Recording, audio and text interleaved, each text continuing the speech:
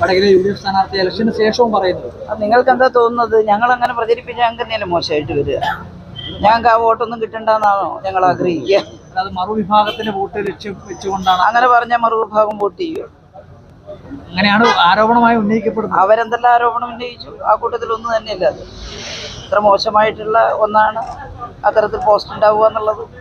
അതുകൊണ്ട് എല്ലാം ചെയ്യുക എന്നിട്ട് അവസാനം ഞങ്ങളല്ല എന്ന് പറയുക, അതൊരു ശരിയായ രീതിയല്ല. പക്ഷേ അതെല്ലാം അങ്ങനെ തന്നെ കേരളത്തിലെ ജനങ്ങൾ എടുക്കുമെങ്കിൽ പിന്നെ നമ്മളെന്താ പറയാനുള്ളത്? ഇല്ലെന്നാണ് ഞാൻ വിശ്വസിക്കുന്നത്.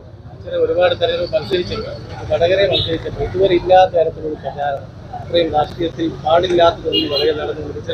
തെരഞ്ഞെടുപ്പ് അനുഭവത്തിൽ തോന്നുന്നത് എങ്ങനെയാണ്? ഉറപ്പായിട്ട് ഞാൻ അപ്പം പറഞ്ഞിരുന്നു. അത് ഞാൻ ആ സമയത്ത് നിങ്ങളെപ്പോലുള്ള മാധ്യമ പ്രവർത്തകർ വന്നപ്പോൾ ഞാൻ പറഞ്ഞിരുന്നു, ഞാൻ കുറേയേറെ തെരഞ്ഞെടുപ്പിൽ മത്സരിച്ചിരുന്നു. ആ സമയത്തല്ല ഞങ്ങളിപ്പം പ്രഗത്ഭരായിട്ടുള്ള ഒട്ടേറെ നേതാക്കന്മാർ എൻ്റെ ഓപ്പോസിറ്റായി